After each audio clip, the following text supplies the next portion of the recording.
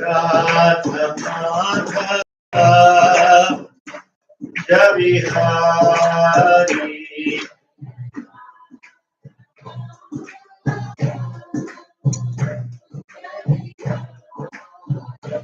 Jaya Gopi Janavallabha Girivaradhari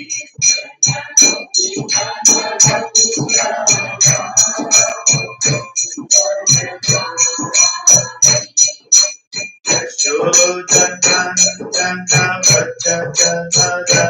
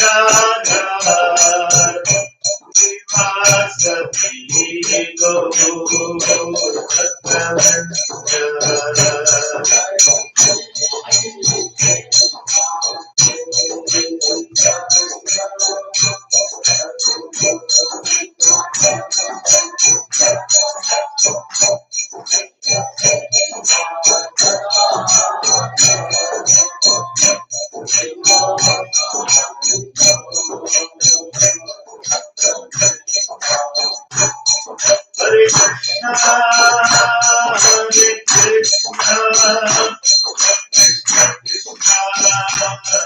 Hare Hare, Hare Rama, Hare Rama, Rama Rama, Hare Hare. Hare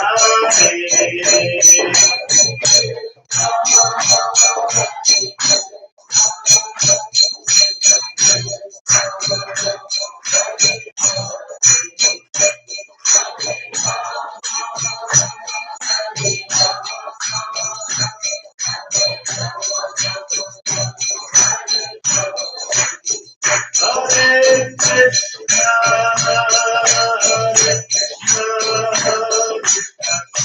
Krishna, Krishna, Hare Hare, Hare Rama, Hare Rama,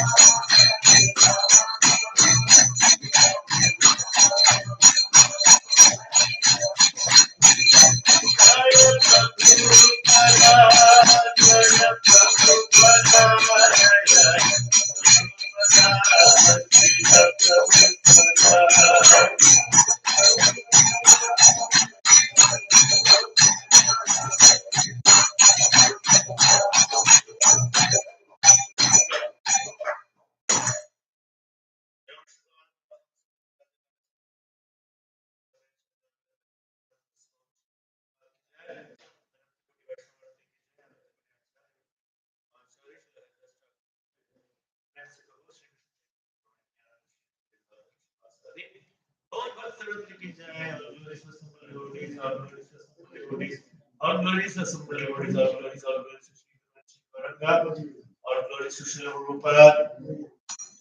Om Namo Bhagavate Vasudevaya. Om Namo Bhagavate Vasudevaya. Om Namo Bhagavate Vasudevaya. Narayanam Namaskritya Naram Srimanam Devim Saraswati Vyasam Tato Jayamudire. Ashtaprayeshu Bhadreshu Nityam Bhagavata Sevaya. Bhagavad Gita Shloke Bhakti Nirishtikam Samdara Vachalam Mangalam Krede Girim Kripat Mahamande Sri.Govardhana Pramananda Madhavam Sri Chaitanya Om Vishwadaya Krishna Prasthaya Bhutale Srimade Bhaktivedanta Swami Nirama Namaste Saraswati Devi Gaurvani Pujarani Nirvishar Shunmadeva Sadhidhisharane Shri Krishna Chaitanya Prabhu Nityananda Shri Advaita Gadadhara Shivasari Gaur Bhaktivinoda Hare Krishna Krishna Krishna Hare Hare Hare Rama Rama Rama Hare Hare. Hare Krishna. So we are on our last session of the essence of the Bhagavad Gita here at the Sri Radha Gopal Krishna Temple in Balaram Desh on this day, 8th October 2022. So in this session we shall be covering 3 chapters, namely chapter 16, 17 and 18 is what we will be in a very essence manner we will be covering what's in these chapters. Now, chapter 15 was Purushottama Yoga, Yoga of the Supreme Person, Krishna establishing based on Veda Vedanta about his supremacy and how a devotee understands the material existence by understanding about the banyan tree of the material world. Now, in chapter 16, Krishna is going to speak about the divine and demoniac natures, which is found in living entities, and how the divine qualities and how the demoniac qualities get exhibited by living entities. And in that, while Krishna spoke about the banyan tree in the 15th chapter, that banyan tree, there are lower branches and there are higher branches. So, lower branches depict demoniac qualities, higher branches depict divine qualities. So, chapter 16 will explain about both these types of qualities, the divine qualities that will elevate and give us chance to become liberated, and then the demoniac qualities which will drive one downwards and ultimately to hell. So that is 16th chapter. So the first 6 shlokas of the 16th chapter, Krishna will speak about the divine qualities, which are 26 in number, and the demoniac qualities, which are just 6 in number.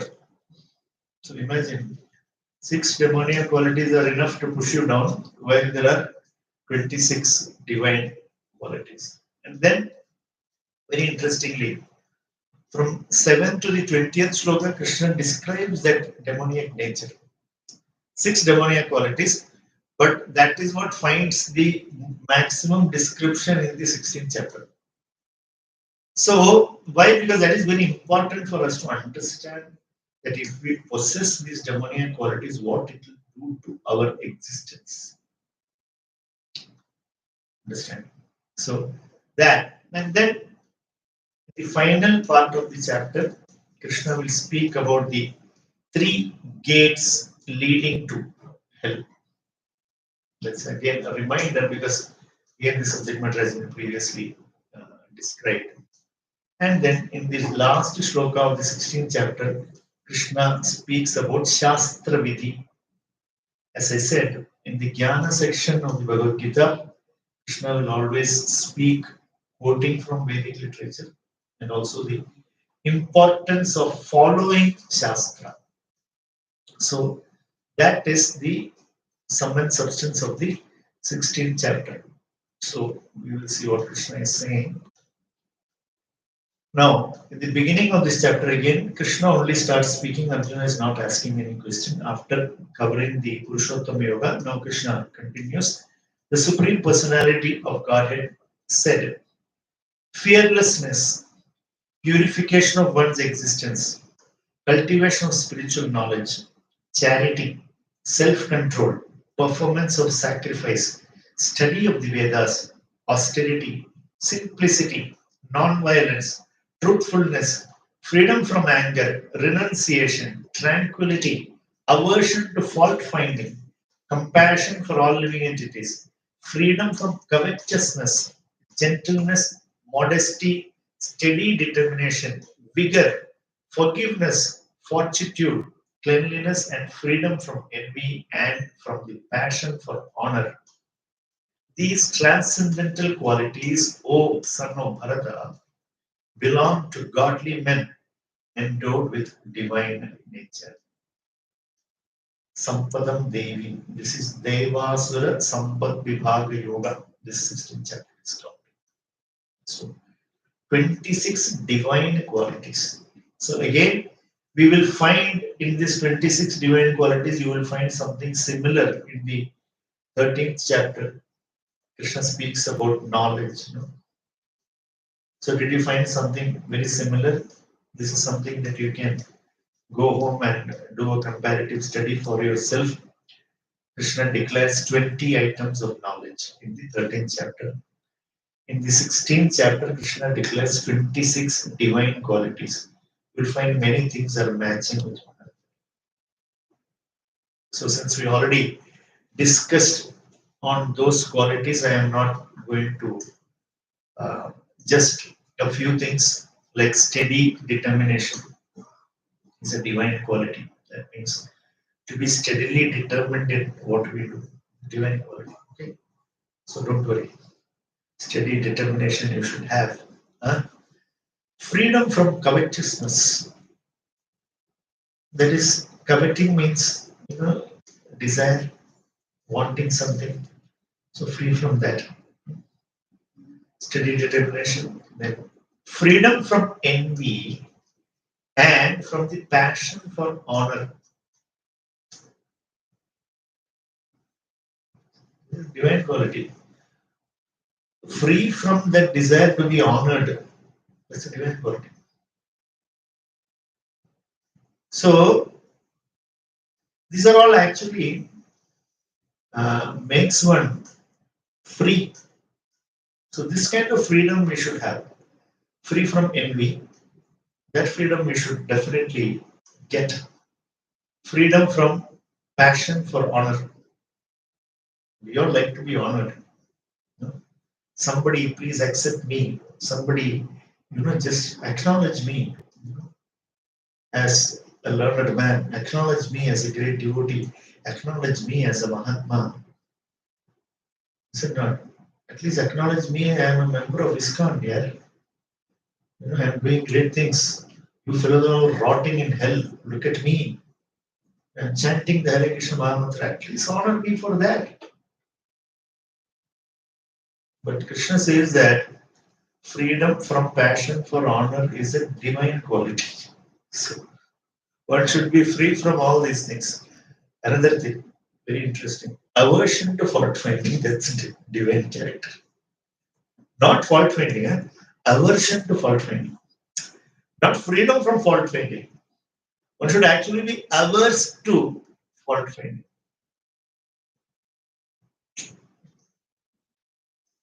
Mushkil, very difficult. So, charity, self-control, performance, sacrifice, study of Vedas, austerity, simplicity, all these things. These are all very divine in nature. And then, now Krishna speaks just 6 qualities that are demonic. So we may think, okay, Bajdiya. Now what are the 6 qualities? Pride, arrogance, conceit. Now these 3 sound the same, no? Pride, arrogance, conceit. Go and think more about it. And read the purports. Pride, arrogance, conceit, anger, harshness, and ignorance. These qualities belong to those of demoniac nature. So 26 Devim Sampadim and then 6 Asurim Sampadim. So pride. Yeah. So ignorance is the demoniac quality. So all this time we thought that being ignorant is a good excuse. Oh, I am ignorant. You're ignorant because you're a demon. It's a quality of a demon. We may think ignorance is a quality of fool, but here Krishna says ignorance is quality of a demon. So be very careful. We shouldn't be ignorant. We should try to come out of ignorance. Harshness, anger, conceit. Prabhupada discusses this. Prabhupada says in the purport, first sentence. In this verse, the royal road to hell is described. That if you possess these 6 qualities, your destination is confirmed. No transit, you get direct ticket to hell. Transcendental qualities are conducive to liberation, whereas demoniac qualities make for bondage.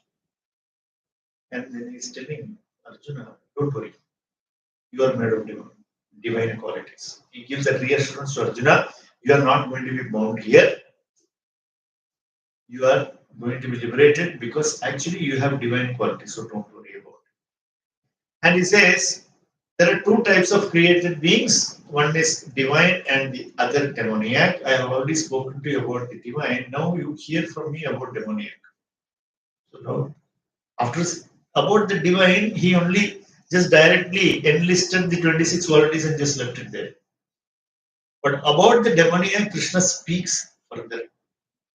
Just like when we discuss the karma section of the first 6 chapters, we find 3rd chapter and 5th chapter discussing a similar subject. Why? Because that subject is of utmost importance. Similarly, this demoniac qualities is of more importance for us to discuss and understand. So, Krishna is saying, those who are demoniac do not know what is to be done, what is not to be done. No discrimination. Neither cleanliness, nor proper behavior, nor truth is found in them. Continues. They say that the world is unreal with no foundation, no God in control. You see, demonic. It is ignorance, it is pride, it is arrogance, it is conceit. All these things are expressed like this. They say it is produced of sex desire and has no cause other than lust. This statement, if anybody here has read the Communist Manifesto, it's co-written by Karl Marx and Engels. How many of you have heard this? In our college days, this was a very famous book. I also bought a copy, the Communist Manifesto. It's written by Karl Marx and Engels. And one of their fundamental philosophy is this sentence. When I read the Bhagavad Gita, it struck me, my God, these fellows are demons. This is exactly what they said. They said that this entire thing is, all these children are being born because of people's lust. And it is just happening by that. There is no other cause. Exactly this is what they have told. I am not joking. Because I have read the Communist Manifesto. So then I realized when Prabhupada said these fellows are all demons, we think that Prabhupada is a very religious person, so he will call the communist demons. Understandable, opposite party, no? But when I actually read that one I read first, because I want to at least understand why is this being so popular and why so many people are speaking about it. I didn't read it to become a communist or anything. At no point in my life was I a communist. But then I just wanted to, because I had this habit of reading all trash in my college days. So one of the trashy things that I read is this Communist Manifesto. So they say that this world is, there's nobody in control. Everything happens with chance. This is Marx's theory. By chance, you happen to marry someone. By chance, because of lust, you happen to produce children. This is how the society is. That's his idea. Probably that's how he was born. So that's why Prabhupada, just like when Prabhupada said, Darwin, they said that Prabhupada, Darwin says, we are all born from monkey. So Prabhupada said that Darwin's grandfather was monkey, my grandfather was not. Simply say exactly what Prabhupada said. His grandfather was a monkey, that's why he's speaking like that. My grandfather was not a monkey. Prabhupada had the force of conviction of the Vedas. That's why he could speak like that. Not that he was ridiculing Darwin, he was telling the truth. Because he was speaking like a monkey. So what do you say?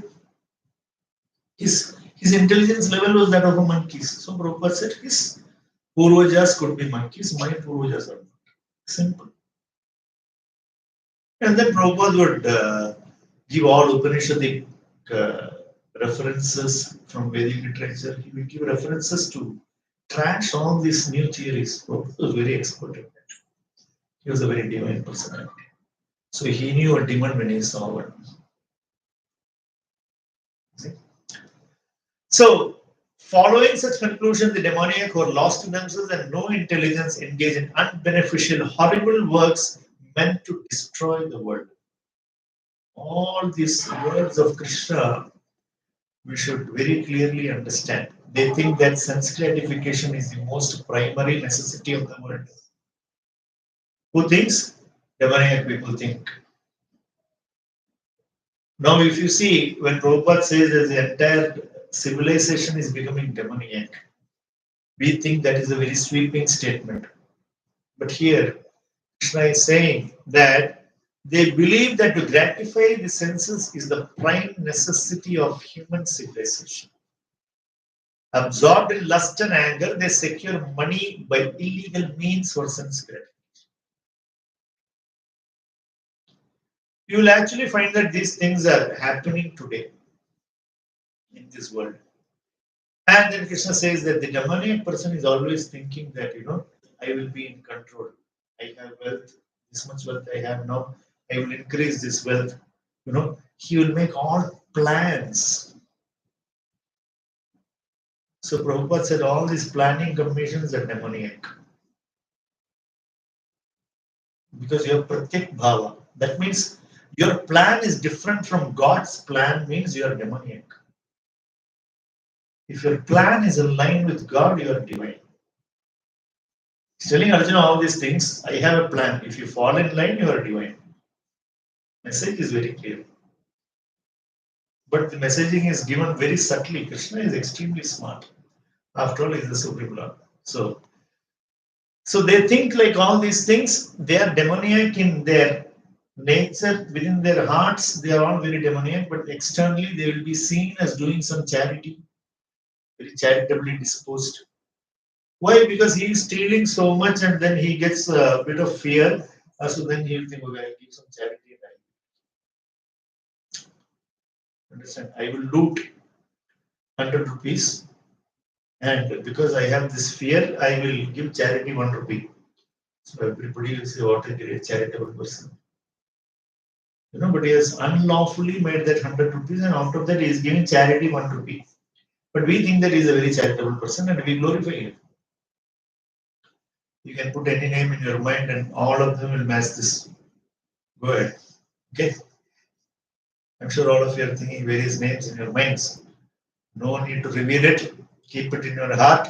But this is what is happening. Attaining repeated birth amongst the species of demoniac life, O son of Kunti, such persons can never approach me. Gradually they sink down to the most abominable type of existence. So this is a very damning conclusion given by Krishna. That those who continue in that demoniac manner through janmas, eventually they will fall down to the lowest position and actually these living entities have no hope. It's a very damning conclusion given by Krishna that they have no way. There are 3 gates leading to this hell. He speaks that they are falling into hell and Three gates leading to this hell: lust, anger, and greed. We already have this anger, which is a demoniac quality, and then add two more wonderful qualities which we all have. It is called lust and greed. Everybody can measure how much lust, how much greed, and how much anger each one has. Every sane man should give these up, for they lead to the degradation of the soul. So Krishna says, give up lust, greed, and anger. Three things. Three things are actually leading you to hell. Krishna says.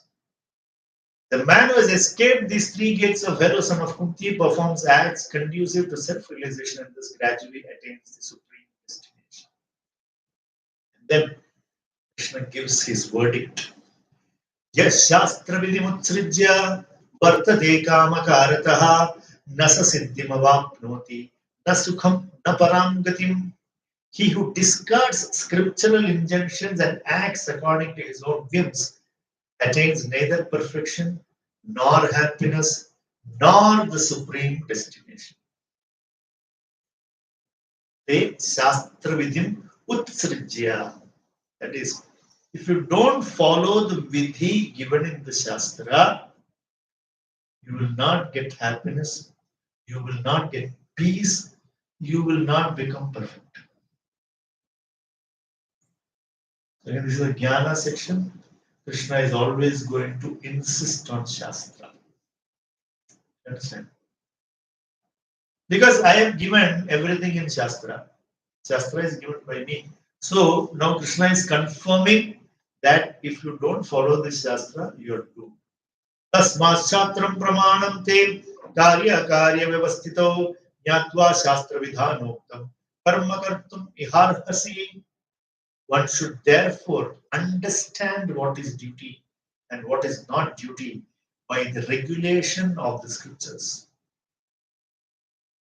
Please note, Krishna says one should. You understand? Krishna is actually putting the onus, the responsibility on the living entity, saying that it is your duty. It is your responsibility to understand this. You cannot say that I did not know. You're supposed to know. That's what Krishna is saying. Knowing such rules and regulations, one should act so that he may gradually be elevated. Again, on the Jnana platform, so gradual elevation is being stressed by Krishna here. But the sum and substance is that Shastra Vidhi is supreme, and following Shastra Vidhi is not a choice. I may choose to live by Shastra, or I may choose not to live by Shastra. Krishna says that choice is not yours. If you choose the second, you will go to hell. I am not saying Krishna said. So, the 16th chapter has these very interesting take homes, in terms of what is a divine quality, what is a demonic quality, and if you continue acting on these demonic qualities, what will happen?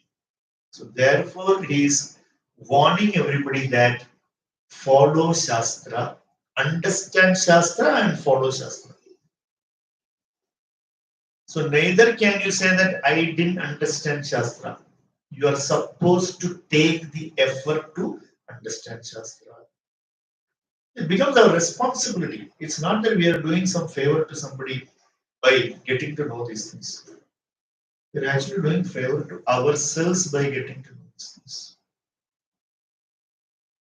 So Shastra Vidhi, once again, Krishna is making very clear in this chapter that Shastra Vidhi is very, very important. So that's how the 16th chapter gets concluded. And as we move on to the 17th chapter, in chapter 16, Krishna is establishing the faithful followers of Shastra are those who have divine qualities, and faithless people are demoniac, because he spoke first about divine and then about demoniac. Then he speaks about not following Shastra. That means you are demoniac if you don't follow Shastra. And you will have divine qualities if you follow Shastra. But now Arjuna has further question. Arjuna says, somebody has faith, and with that faith, he is following something other than Shastra. This is a question we all have. And faithfully doing something. Now, suddenly you say that that is not according to Shastra. What is it? So Arjuna is asking that question. Ki, one who is worshipping means he is engaged in worship, but not according to Shastra. Because we will find this. A lot of people are very devout. They have devotion. They have that feeling of devotion is there in many people, but it may not be according to Shastra. Arjuna is asking a very pertinent question. Because not everybody knows Shastra. Now Krishna has put the onus on the living entity that if you know Shastra, you are divine. If you don't follow Shastra, you become demoniac. Rather, if you are demoniac, you will not follow Shastra. If you are divine, you will follow Shastra. Any which way you take it, the instruction is very, very clear. Now, Arjuna wants to put the question, he wants to give a twist to the entire thing. Yes, somebody is following a certain vidhi, means he has faith, he is following a particular system of worship, and what about that? You know, so Krishna says, one who does not follow Shastra worships according to the faith that is dictated by the modes of nature that he has acquired. Now Krishna comes and relates this to the three modes of material nature. See, three modes of material nature Krishna discussed in chapter number 14. When it comes to 17, he is now explaining to Arjuna how these three modes of material nature is what affects one's faith, affects one's system of worship, affects what one eats, and affects the kind of sacrifices that one is performing. So, Krishna says the easiest way to discover a person's situation is by observing what he eats. Yesterday's question, again, it becomes very pertinent. That is why there is a saying that you are what you eat. You have heard this, no? You are what you eat. That means your personality is actually a reflection of what you are doing in terms of eating. Krishna says that. And then Krishna describes food items in the three modes. What are food items in Sattva-guna, what are food items in Rajoguna, what are food items in Tamoguna. That's why I said yesterday that if you ask, is there a direct vidhi which says that you should not eat? No. But if you eat this, you are in this mode. And how the modes work, we have already seen Krishna speaking about that. So, intelligent people should put two and two together and make it four. You see both two and two together and you still say that is two, this is two, this two is different, that two is different, then up to you. Krishna will say, you two go to hell. That's all. That's the only thing he can say. He always said that if you're demoniac, then you will refuse to understand these things. So, he speaks about the sacrifices, the yajnas that one performs in the modes of material nature. Krishna says that if you are in the mode of goodness, Sattva Guna, you will do all your sacrifices very dutifully. If you are in Rajoguna, you will do it. All the sacrifices you perform will be for fruitive And if you are in the Tamoguna mode of ignorance, you will simply do without faith. Have you seen people doing things without faith? Many times, no? Yeah. Very recently, somebody whom I know, his father passed away and then he has to do all the Pitru karmas. So he's telling me, actually, I have to faith in these things. But then for the society, because my father was a very faithful, he had a lot of faith and he was doing all these things very pakka. So to do justice to him, I think I have to do all this. So I spend all the money, I give all the dakshina. So when he told me this, immediately struck me 17th chapter. This fellow is in the mode of ignorance. So externally, you will see that he's wearing the dhoti and he's giving the dana and he's facilitating the priest and falling at his feet and everything. He has no faith in what he's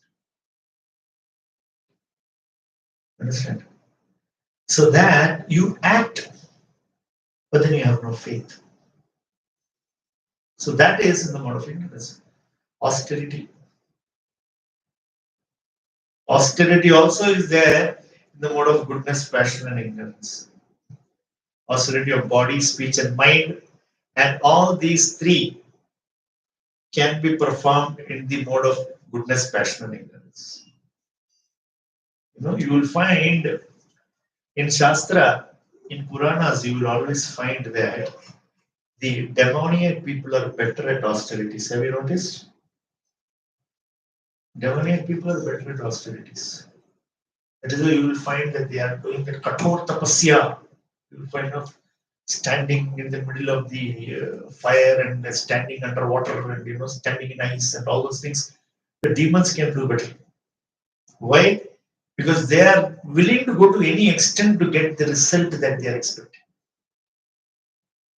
So that also can be done in goodness, passion, and ignorance, Krishna says. And then charity. Somebody is doing charity very dutifully because it is given in the Shastra that I should do charity. And when you do that accordingly, it is done in the mode of goodness, Sattva. And then the one in Rajoguna, he does charity. Why? So that everybody will know I'm doing charity. So I want some fruitive results out of the charity that I do. Plus, I also want to be known as he's a very charitable person. So such people will always advertise their charitable activities. Sattva charity is like you give with right hand, left hand will not know. Shastra says that one should actually do charity. That when I do charity with my right hand, even my left hand should not know what charity I have done. That is how one must give charity. But we will find in modern days, you donate 1 bag of rice to the orphanage, you will take at the orphanage donating rice today, Facebook status line. Feeling great. Useless fellow, you are eating 12 bags of rice every year. So much fat you have put on. And you're earning enough to give 12,000 bags of rice. You give 1 bag of rice and then you will stand with the poor orphan boy and take a photo and then you put it on Facebook. Feeling great. You see, people do that. Spending my birthday with the orphans. So, what great thing you are doing. So, charity in the mode of passion, and then charity in the mode of ignorance. The poor drunkard man on the roadside is begging me, today I have not had my drink. Please help me 100 rupees. Okay, jao piyo ऐश करो. So that's also charity. That's also charity, You are giving your hard-earned money because the poor man is in very much distress. So you want to make him happy. So basically what you have done is charity. But the charity that you have done is neither doing good to you nor doing good to him. But we say uska dukh dekha nahi jata hai. Poor man is in so much distress. You give him 100 rupees, he will immediately, you are only Bhagavan today, he'll say. You are my Bhagavan today. Like this they would say. So charity in 3 modes. So charity also should be given to the right people. Krishna says, you should discriminate as to whom you are doing charity. So the best charity is what you can give to a Vaishnava.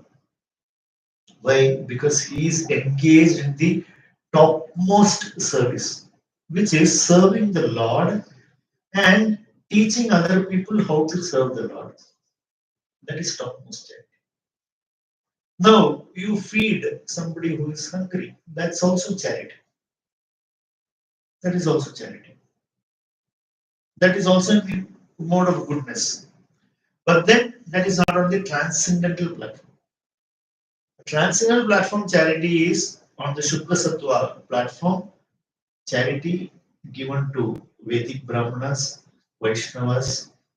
So that will give you spiritual benefit. Now, you feed hungry people. That will give you material benefits.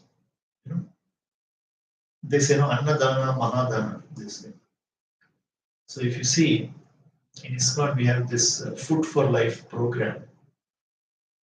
You know, the Food for Life program we have, and where ISKCON distributes millions of plates of prasadam every day in various parts of the world. And for example, in India, if you see, one very well kept secret, because these are people who don't want to be known that they are doing this. For most of ISKCON in India, the Hinduja family sponsors all the rice, but they don't advertise it. You see, a wonderful example of how to do charity in the mode of goodness on the transcendental platform, because they are supporting an institution which will make prasadam and distribute to people. So how much sukriti they are getting? It's topmost charity.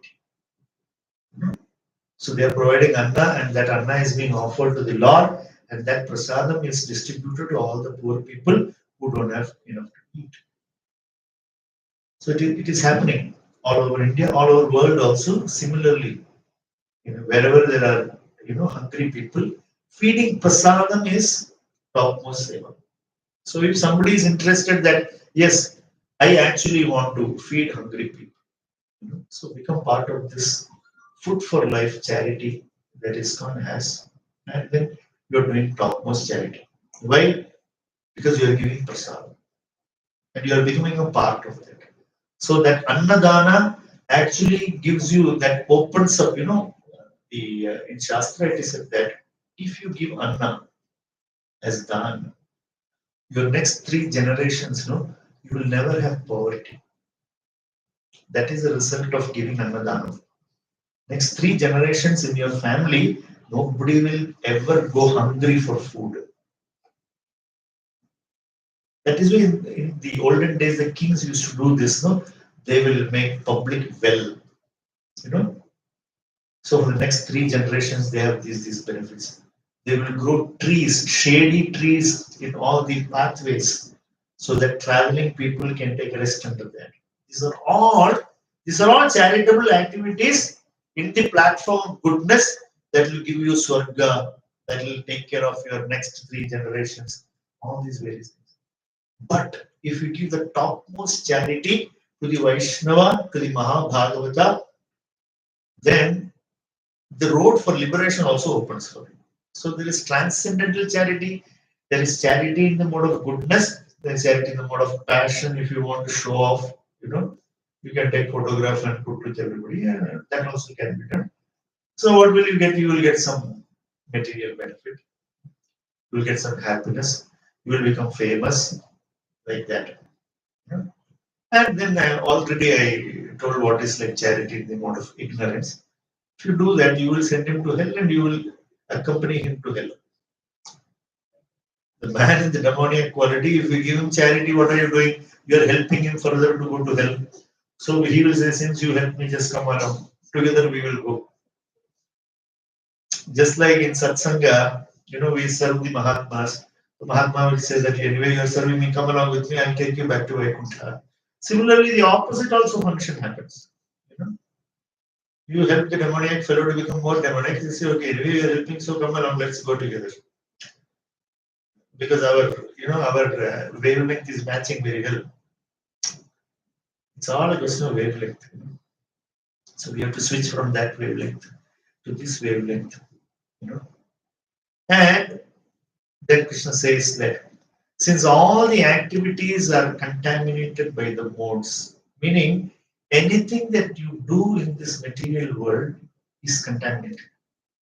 Because everything is under the influence of the three modes of material nature. Krishna says that all these can be offset by acting in Krishna's service, and it is signified by the chanting of the three words Om Tat Sat. So it will remove all the impurities and it will be offered to Krishna in a pure state by chanting these three words Om Tat Sat. You know, so when you go to office in the morning, then you switch on your computer Om Tat Sat. Whatever I'm going to do, Krishna is an offering. Then you start making all your doctored accounts, doesn't matter. That karma you will take, of course. Om Tat Sat, Krishna is not going to take it. But generally, Om Tat Sat is something that all grihasthas should make a habit of chanting, before they start any of their activities, because that is Om Tat Sat is a way of offering it to the Supreme Lord. So the conclusion is that when sacrifice, penance, and austerity are performed without faith in the Supreme, they are useless in this life and the next. So anything that we do, it should be done with faith in the instruction given by Shastra. Without that, if we do externally, we may be seen as doing, but it has no fun, because we are doing everything that we do. We are hoping for some result, and as a devotee, whatever we do, we are hoping that Krishna will be pleased. That's how devotees do.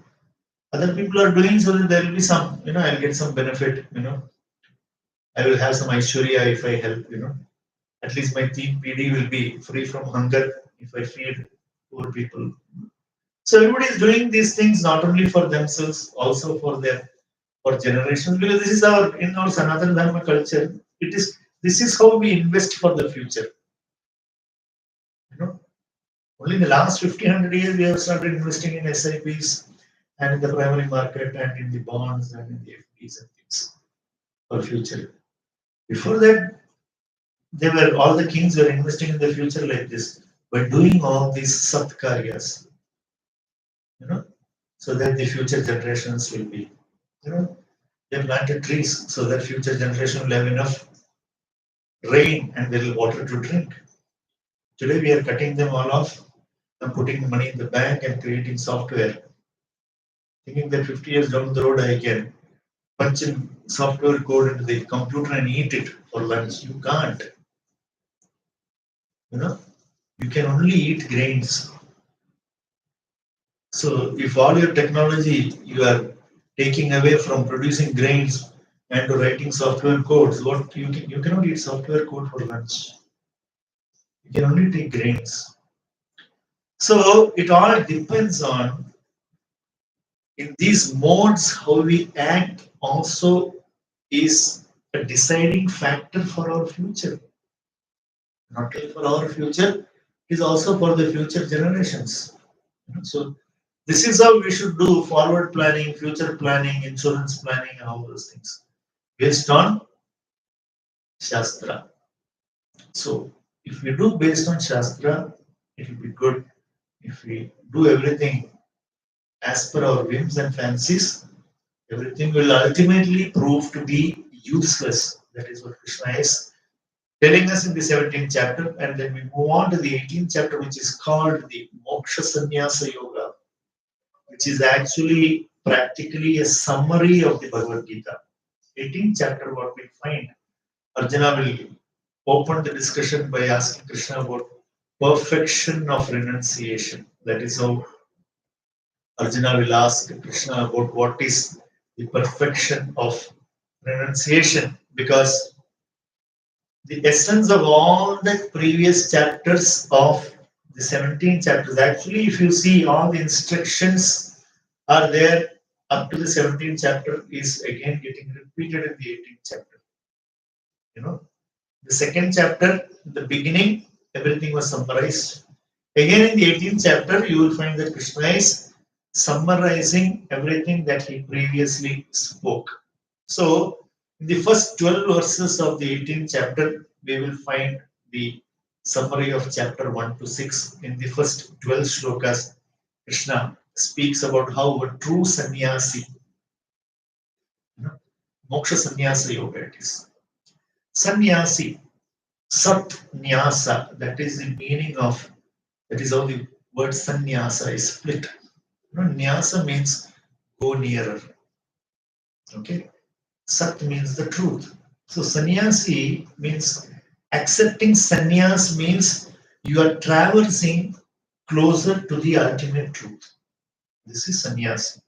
Generally, we think that sannyasi means giving up.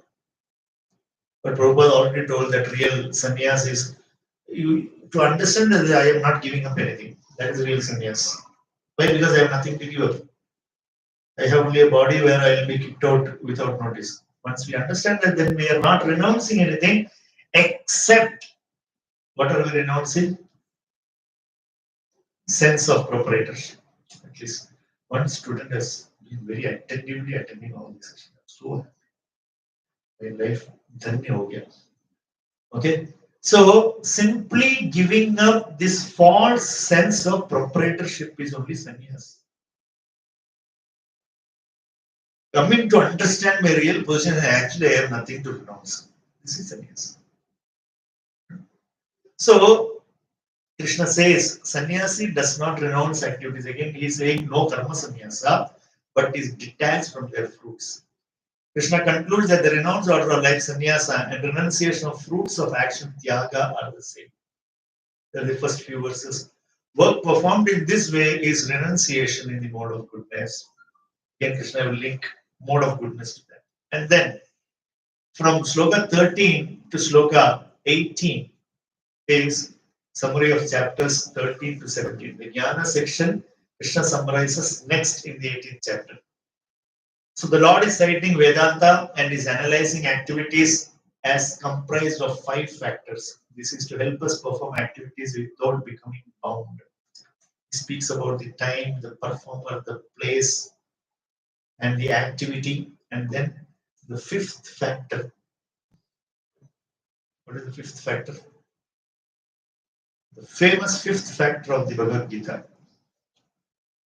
That is the one who is giving permission, the Paramatma. Actually, he is the ultimate doer.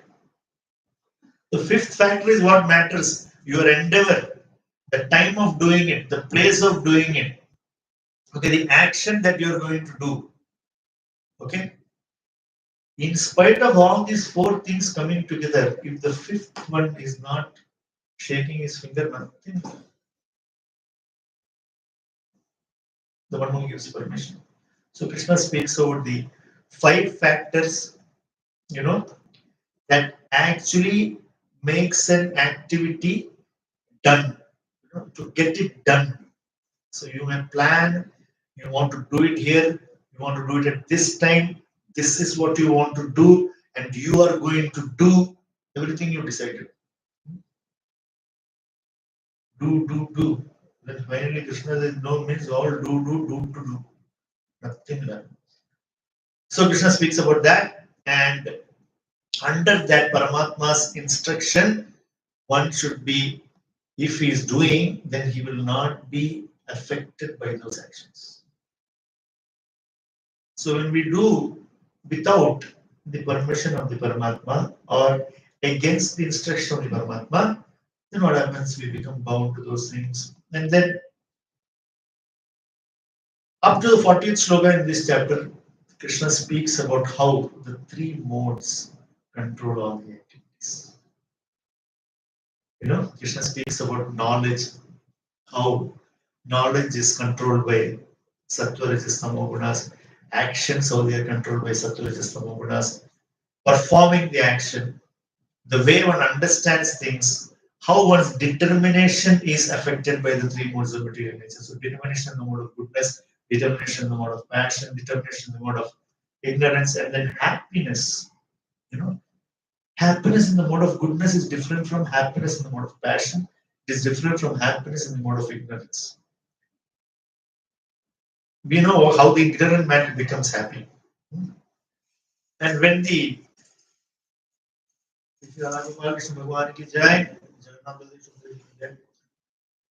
we understand how an ignorant person becomes happy and how an intelligent person, when he sees the ignorant man becomes happy, what he feels.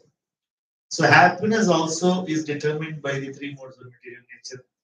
And Krishna says that thus all activities in this world are actually controlled by these three modes of material nature. Then Krishna says, although all the work, now he comes back to Karma Yoga. Okay. First he spoke initial, then he spoke Jnana, now he's coming to Karma. He says that even though all this work is controlled by the three modes of material nature, you can become free from reactions of work by acting as a Brahmana, Kshatriya, Vaishya, Shudra. Then in the next few verses, Krishna speaks about what are the qualities of a Brahmana, what are the qualities of a Kshatriya, what are the qualities of a Vaishya, and what are the qualities of a Shudra. So again, that is for us to understand that how these qualities are in designated people based on the modes of material nature. By what mode is affected? Brahmana is generally in the mode of goodness. A Kshatriya is generally in the mode of goodness and passion. A Vaishya is generally in the mode of little goodness, little passion, little ignorance. A Shudra is mostly in the mode of ignorance plus a little passion. So their qualities also differ accordingly. It has got nothing to do with the modern caste system that is there in India. But this is already, in a previous chapter, Krishna has already told that this Varnasrama is created by me, and that is depending on their Guna Karma Vibhagasha that he has already told. So he speaks about how, the Brahmana practices sense control, and how the Kshatriya, he has got valor to protect, and Vaishya, how he does, he does trading and he does Gorakshi and he does Krishi, and then how the Shudra, he is serving all these three other categories of people in the society. And Krishna says that by acting according to under the modes, what are your qualities? That makes you a Brahmana, Kshatriya, Vaishya, Shudra. And accordingly, if we act, everyone can become liberated. Krishna never said that if you are a Shudra, you will not get liberated. First, you try to understand that I am a Shudra. This is my position. Standing in this position, these are the only things that I can do. But serving Krishna, I can do. The most important. Okay. Then Krishna moves on to the more confidential knowledge. Up to the 55th shloka, Krishna speaks about more confidential knowledge, how to work without reaction. That means work without karma phala through jnana, up to the Brahma Bhuta platform. Brahma Bhuta prasannatma nashochati nakamshati samas sarveshu bhuteshu mad bhaktim labhate param. So Krishna speaks about how you come to that Brahma Bhuta stage where na shochati na kamshati. That means shochati means lament, kamshati means to worry. In a previous session, I spoke about how human life can be split into two, shochati and kamshati. That is always lamenting, crying about what happened in the past, and always worrying, wondering about what is going to happen in the future. On Brahma Buddha stage, you neither lament about the past, nor you will worry about the future. Why? Because you are on Brahma Buddha stage. And there you are able to see samas sarveshu bhuteshu. That means you are able to see everything. That seeing everything equally means what? That you can see Krishna's presence everywhere. You can see that everybody is an Atma, and that everybody has got Krishna as Paramatma. So like this you see equal. Suddenly people will ask, so you mean to say that I should see a tiger and a goat as equal? Yes, both are Atmas. The goat you can allow inside your house, tiger you cannot allow inside your house. That is where we use intelligence. So you should not ask very smart questions. So tiger and goat are same. Both are soul. Yes. One soul you can let inside your house, another soul you keep him outside in the forest. That many intelligence you should use. Okay. So Brahma Buddha Prasannatma, and then Krishna says, next is that on that one comes to the platform of devotion. And when it comes to the platform of devotion, one should work in an unalloyed devotional. That is, now we are reaching towards the end of Krishna's instructions in Bhagavad Gita. So, in the 55th shloka, Krishna says, Bhaktya mam abhijanati yavan yaschasmi tattvata tato mam tattvato jnatva vishate tadanantaram. That only through bhakti, bhaktya mam abhijanati. Now Krishna is about to conclude his teachings to Arjuna, where he is now saying, only through bhakti can I be understood. And knowing this, one, knowing this fully, he is serving me with devotion. Vishade tad anantaram. Krishna says, by doing this, he will get entry into my abode. That you will enter into the spiritual world through, by knowing Krishna through bhakti. You see? So bhakti actually gives that ultimate knowledge. And then he says that such a person, although he is engaged in all the activities, but because he is always in conscious of me, he is not doing it. Well, because that happens automatically, he is always thinking about Krishna. You understand? Just like, very easy example all the acharyas give. Just like when a mother has a very small child, all mothers will relate to this very easily. So, in a very small child, child is sleeping on the bed, you will be doing work in the kitchen, but you're always conscious of the child. If the child opens its eyes, you will know, sitting in the kitchen, you will know the child has opened eyes. Child is not turning. You will know. Yes or no? Unless very sleepy mothers, I'm sure all other mothers will very easily know. How do you know that? Because the child is an extension of you. And that child, you are so devoted to the child and always you're thinking of the child. So you can actually feel the child moving even if you are 10, 20, 30 feet away. And immediately you're able to take action. The same time your kitchen work will go unaffected because the husband will come and shout.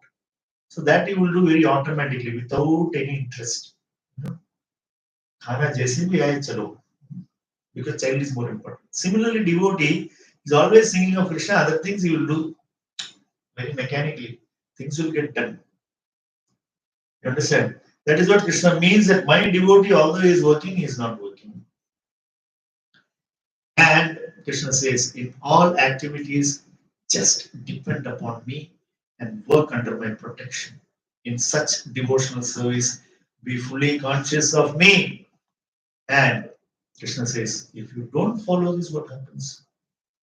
Matchitta sarvadurgani matprasada tarishyasi.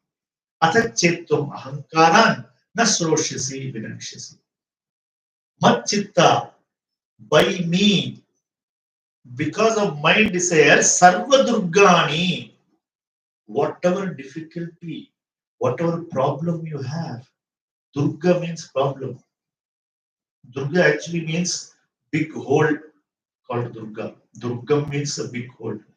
So in our path, there will be many big holes. If you fall into it, you will have accident, you will break your hand, leg, neck, and everything. So any danger, Durga means danger. So Matchitta Sarvadurgani, they will be removed. How? Mat Prasada Tarishyasi. Even very big khadda you have, you will simply cross over it by Mat Prasada, because I am pleased with you. Now, Adhachetvam ahankara nasroshasi vinakshasi. But by ahankara, nasroshasi, if you don't listen to me, vinakshasi means you will be destroyed, Krishna says. He's now coming back to Arjuna. This is a warning, very pratyaksha warning to Arjuna. Why? Because in the very next verse he says that if you do not act according to my direction and do not fight, you will be falsely directed. By your nature, you will not be engaged in warfare. He says, now you hear me, you listen to me properly, understand and fight. Otherwise, you will end up getting into unnecessary fights. Under illusion, you are declining to act according to my direction, but compelled by work born of your nature, you will act. This is common for everybody. We think that we don't want to act according to Krishna's instruction, but act we will. And that act will take us where? To that place where that man will take us. Okay? And he says that you must understand that I am situated in everyone's heart. And to that person sitting in your heart, you surrender. And if you surrender to him, you will attain transcendental peace. By surrendering to Krishna, the first result is that we become peaceful. Currently, we are only having PAECE, peace. Life is in pieces. No? There she goes. What we want is PEACE, peace. That will happen only by surrendering to Krishna. Otherwise, we will be in pieces. So Krishna says finally that thus I have explained to you knowledge still more confidential. Deliberate this on this fully and then do what you wish to do. So many days devotees are asking, no, why he didn't, you said that you should do this. No, this is Krishna's, this is the way Krishna communicates. No, I've told you everything. You've understood everything. Now deliberate on this. Not just understand, you think about this. You analyze it. And he says that this is for your benefit. Again, Krishna says, because you are very dear to me, you are my friend. That's why I'm telling you all these things. And then once again, he gives the same instruction that he gave in the 34th sloka of the 9th chapter. Manmana Bhavaman Bhakta Madhyaji Mam Namaskuru Mame Vaishyasi Satyam Te Pradijane Priyosmi. Here now he says that in that he will say that you will attain me. Here he says, what I am telling you, Satyam. This is the ultimate truth. And I'm telling you because Priyosime, because you are very dear to me. So this is the message that Krishna gives to all his devotees, all who are dear to him. And all living entities are dear to Krishna. And then he says that ultimate instruction, Sarva Dharman Parityajamam Ekam Saranam Braja Aham Tvam Sarva Papebhyo Moksha Ishyami Ma Shucha. Krishna gives another very important instruction, Ma Shucha. Don't worry. Why? Because we are always worried. We are always worried. Krishna says, don't worry. Surrender to me and me alone. Surrender to me completely. I will take care of you. I will remove all your papas that only I can do, which I will do for you, provided you surrender to me fully and don't worry. So this is why Krishna is the best friend. Because we have friends. They will tell you, don't worry, but they won't do anything about it. Right? Somebody comes to us with the problem, what do you? Simply, we will say, without any sincerity, we will just tell the man, don't worry. When we become devotee, we will say, don't worry, Krishna will take care. We add one sentence more. Again, without any sincerity, we are saying. But Krishna is very sincere when he says, Ma Shucha. Krishna is 100% serious when he says, don't worry means don't worry. If I say that I will take care of you, I will take care of you. That is why previously it told Kaunteya Pradijanahi Name Bhakta Pranashyati. He said, O Arjuna, declare very boldly that my devotee shall never perish.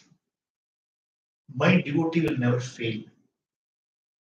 Krishna tells Arjuna, you tell everybody. Because if I tell, they may not believe. You tell, they will believe. So here Krishna is telling Arjuna, don't worry. So Prabhupada says, this is Krishna's instruction, which means full and immediate complying with. Surrender means surrender here and now. We may think surrender tomorrow. Tomorrow, who knows? Kal kaun dekha. So like this confidential knowledge, Krishna says that I am giving it to you because you are very dear to me. And Krishna says that don't explain this to those people who have no faith. Because if you have no faith, if you hear Bhagavad Gita, it's a waste of your time. And if you have no faith, and if I am telling Bhagavad Gita, it's a waste of my time. So Krishna says, this is for the faithful. And then he says, if somebody who tells this, who explains the supreme secret to devotees, for him, pure devotional service is guaranteed. And in the end, he'll come back to me. So now you know why I'm doing this. Okay?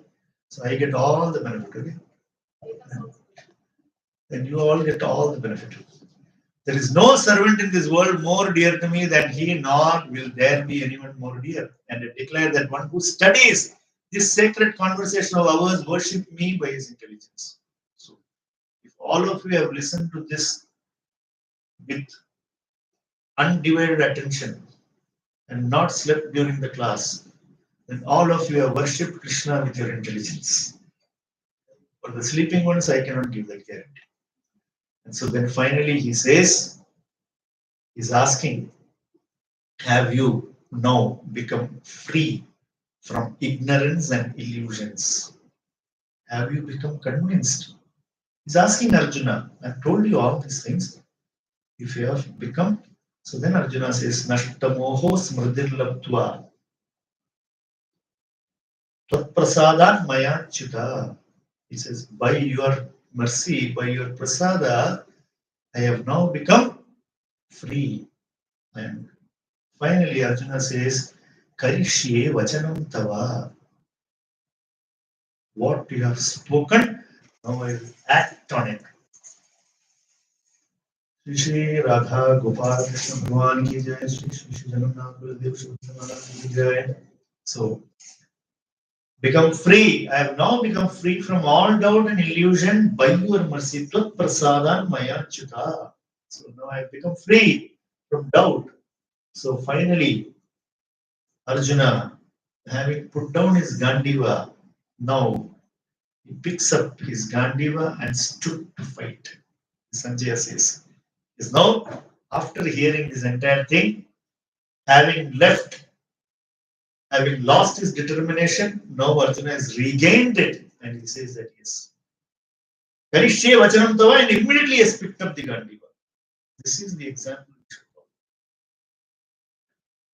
Okay, Krishna, you told me all these things. Let me go home 3 days. I will think. Then I'll come back whether I should come and do war or not. By which time Duryodhana would have finished Yudhishthira and all the others.